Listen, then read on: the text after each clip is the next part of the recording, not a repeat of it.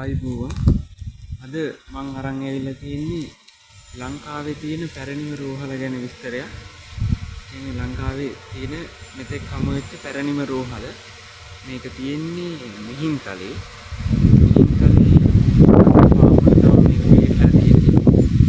මිහින්තලේ වටරම්පගාවට ඇවිල්ලා ඉස්සරහට එද්දී අපිට හම් වෙනවා මිහින්තලේ කෞතුකාගාරය.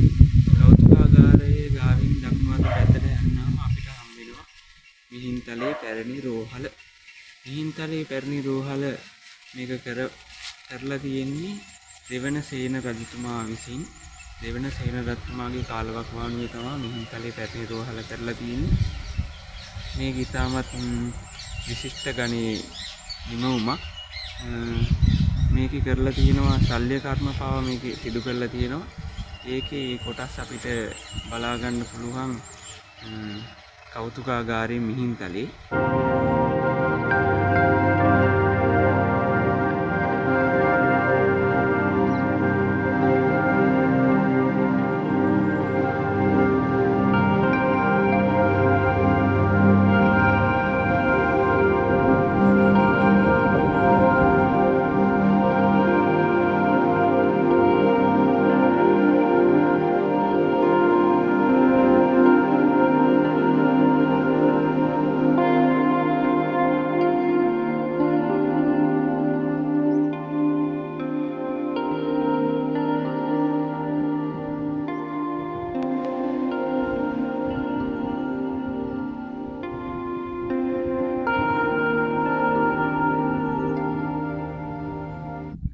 මෙතනට ආවම අපිට බලා ගන්න පුළුවන් ප්‍රධාන පිවිසුම් දොරටුව. මේ ප්‍රධාන පිවිසුම් දොරටුව අසල මෙතන ඒ කාලේ කොටියක් තිබිලා තියෙනවා. මෙතන ඇත්තටම තිබිලා තියෙන්නේ තුණ්ඩු දෙන තැන තමයි. කියන්නේ දැන් අපි ඒ කාලෙකට ගියොත් තුණ්ඩු දෙනවා වගේ ඒ කාලේ තිබිලා තියෙන්නේ මෙතන. මිනිසුන්ව ලියාපදිංචි කරලා ඉස්පිරිතාලයට ගන්න තැනක් තමයි එතන. එතන අපිට ගල් උළුවස්ස බලා ගන්න පුළුවන්.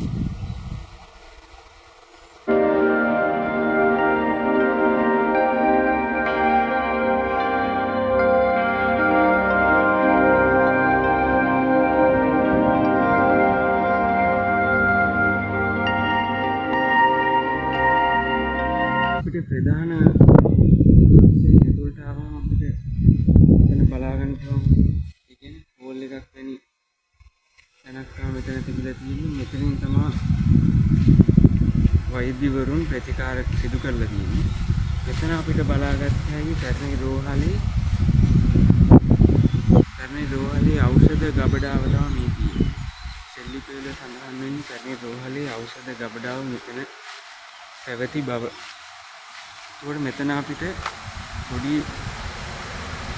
එළියට පිවිසෙන්න මාර්ගයක් තියෙනවා. ඒ කියන්නේ මෙතනින් රෝහලට ඖෂධ රැගෙන එන්නට ඇතැයි සිතනවා.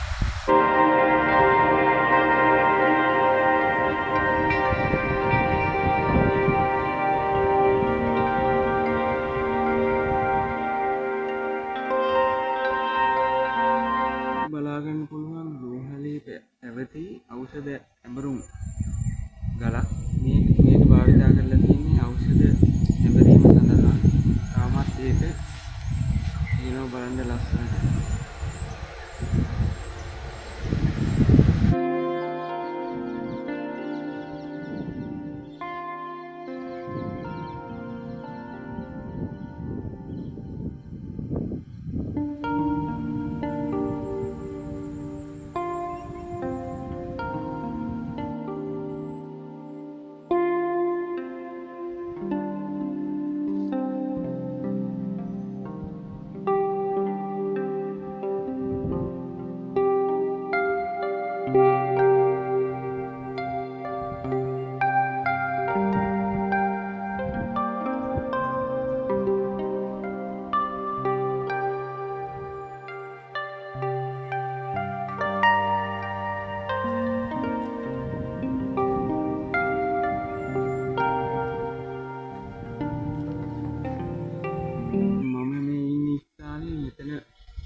පාවිච්චි කරලා තියෙන්නේ උණු වතුර ස්නානය සඳහා වල මේ වෛද්‍යවරුන් උණු වතුර ස්නානය කිරීම රෝගීන්ට තමා මේක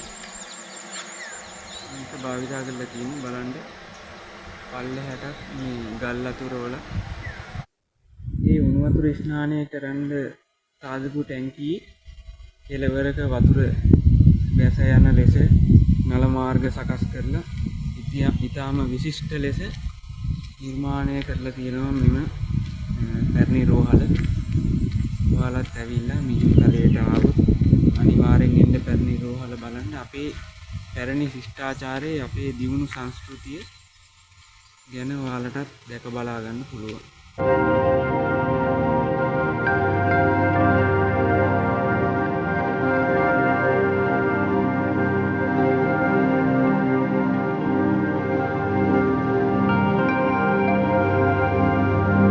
මෙතනට අපිට ආවම දැන් දැක බලා ගන්න පුළුවන් මේ මැද හැම තැනම කුටි තමා දැක බලා ගන්න තියෙන්නේ.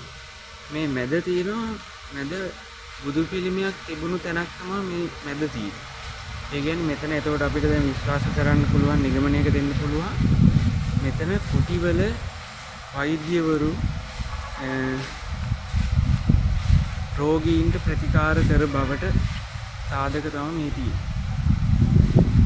ඒ කියන්නේ දැන් රෝගීන් හෝ රහතන් වහන්සේලාට හරි හාමුදුරුවන් වහන්සේලාට හරි මෙතන ප්‍රතිකාර සිදු කරලා තියෙනවා.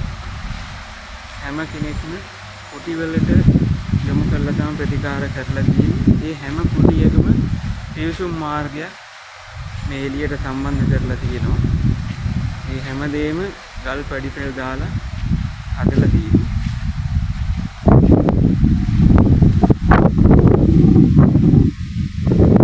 මේ සෑම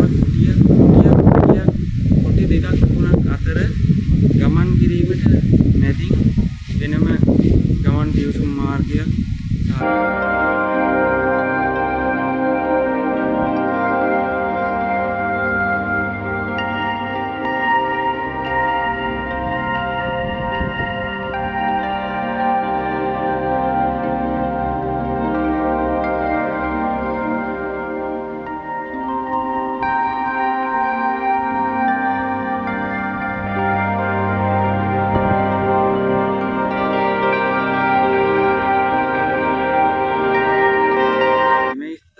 බුදු පිළිමයක් තිබූ බවට සාධක තමයි මෙතන අපිට දැක බලා ගන්න පුළුවන්. මේ තියෙන මගේ පැත්තෙන් මේ බුදු පිළිමයක් තිබූ බවට සාධක. ඒ කියන්නේ මෙතන බුද්ධ වන්දනාවක් සිදු වෙලා තිබෙනවා. මෙතන පිළිම දෙකක් තිබූ බවට සාධකයක් තමයි. එතන වෛද්‍ය කුටි එක් කාරණා සඳහා පාවිච්චි කරන්න ඇතැයි සැලකෙනවා. ඒ කියන්නේ දැන් මෙතන ශල්‍ය කර්ම සිදු කර බවට සාක්ෂි සාධක හමු වෙන නිසා ශල්‍ය කර්ම සඳහා කුටි කිහිපයකුත් වෙනත් සමේ රෝග වෙනත් රෝගවලට ප්‍රතිකාර සිඳීම සඳහා අනිත් කුටිත් භාවිතා කරන්නට ඇතැයි තමා සැලකේ.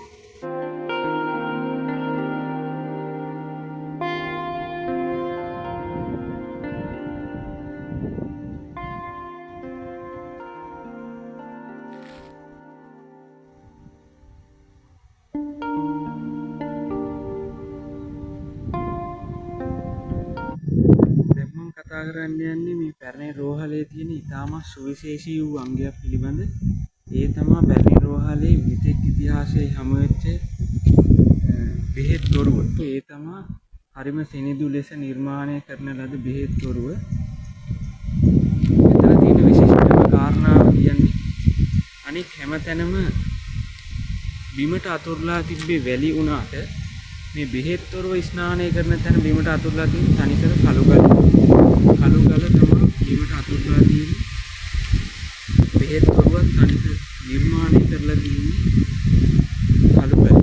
ඔබට දැන් දැක බලා ගන්න පුළුවන් මේ බෙහෙත් තොරුව තියෙන ස්ථානයේ බිමට කළු ගල් අතුරුලා තමයි බෙහෙත් තොරුව තිබිලා තියෙන්නේ. ඒ කියන්නේ බෙහෙත් තොරුවේ ස්නානය කරලා, ඒ කියන්නේ බෙහෙත් තොරුවේ ගිල්වලා තියලා, බෙහෙත් දාලා ගිල්වලා තිබිලා රෝගියා ගත්තත් රෝගියාට වැලි කැටයක්වත් පෑගින් නැති විදිහට තමා මේක නිර්මාණය කරලා තියෙන්නේ.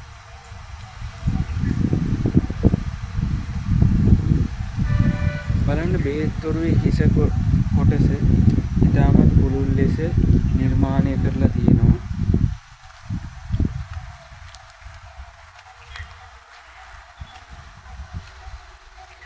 මේ බෙහෙත් තොරුවේ සාමාන්‍ය කැටයම් තිබිලා තියෙනවා.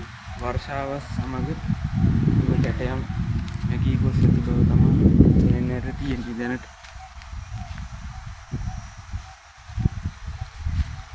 බෙහෙත් තොරුවේ සිට එළියට පිවිසෙන්න මාර්ග දෙකක් තියෙනවා.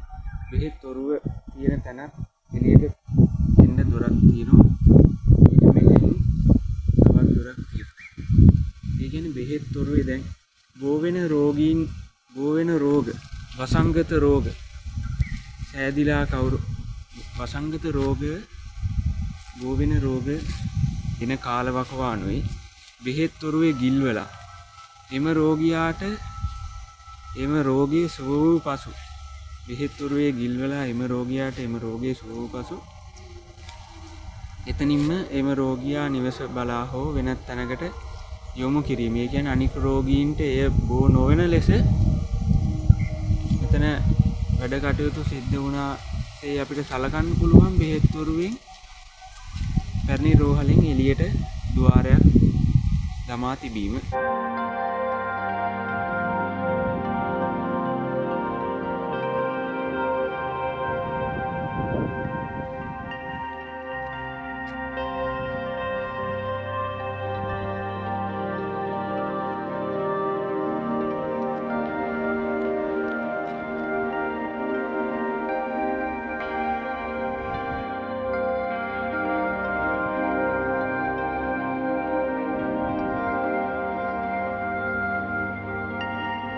දෙවන සේන රජතුමාගේ කාලවකවානුවේ මෙවන් විශිෂ්ට සුවිශේෂී තාක්ෂණයක් පැවති බවට සාධක සාක්ෂි තමා මෙතනින් ඒ කියන හමු වෙලා තියෙන්නේ. ලංකාවේ මෙවන් තාක්ෂණයක් පැවති බවට පැරණි රෝහල් සංකීර්ණයේ කියන්නේ ලංකාවේ ඉතිහාසයේ හමු වෙච්ච පැරණි රෝහල් වලින් හොඳම තාක්ෂණයක් පැවති පැරණි රෝහල් සංකීර්ණය තමයි මේ මිහින්තලේ තියෙන්නේ. ශල්‍ය කර්ම පවා සිදු කර එකල ශල්‍ය කර්ම පවා සිදු කර ස්ථානයක් ලෙස තමයි මේ ස්ථානය හඳුන්වන්නේ.